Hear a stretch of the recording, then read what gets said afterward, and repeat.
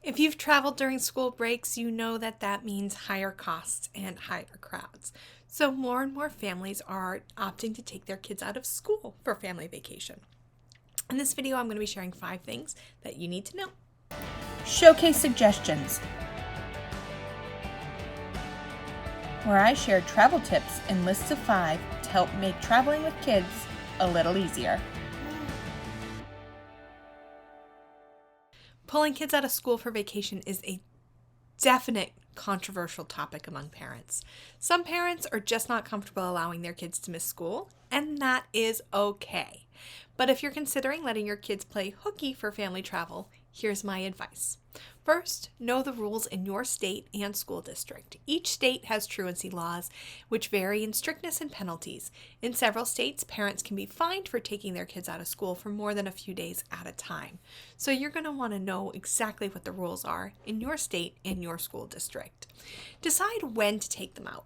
Within the school year, there are better and worse times to miss school. I don't recommend missing school at the beginning of the school year, as kids need time to get adjusted to a new teacher and routine.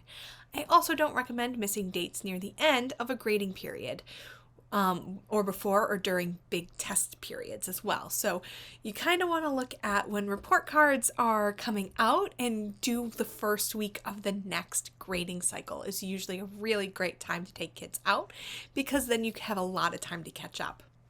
The third thing that you should know is when pulling your kids out of school for vacation, you want to communicate with your teachers before and after the trip to make sure that you have the same expectations and that you are fulfilling all of your obligations to make sure that the kids are caught up. Some school districts do have educational requirements for your trip, and so if you are using that kind of rule around it, then you need to make sure you're hitting those goals.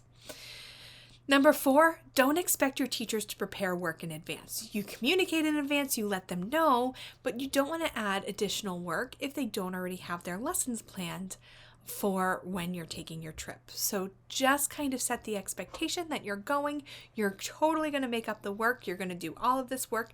If your teacher has it before your trip so you can work on it during, great. If they don't put that added pressure on them. They're already trying to do so much. Number 5 is take the time to teach on your trip. There are so many educational opportunities all across the world. You can learn science and history in real life, in real time. I love that about travel, and I love that the world is a school. So like I mentioned, you might have an educational way to get around unexcused absences, so you can find a destination that meets that, or you can make your destination meet that. I have a great video on how to make a Disney trip educational, which is really, really fun.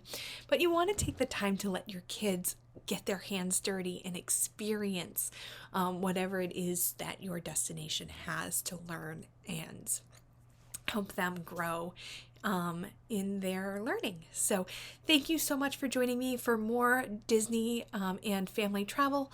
Please make sure you hit the subscribe button.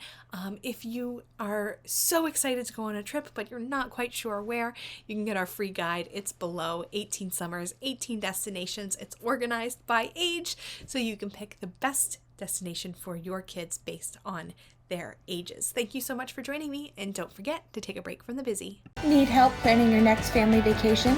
Visit us at showcasetheworld.com to request a quote or schedule a free vacation consultation. Want more great travel tips? You'll find those there too.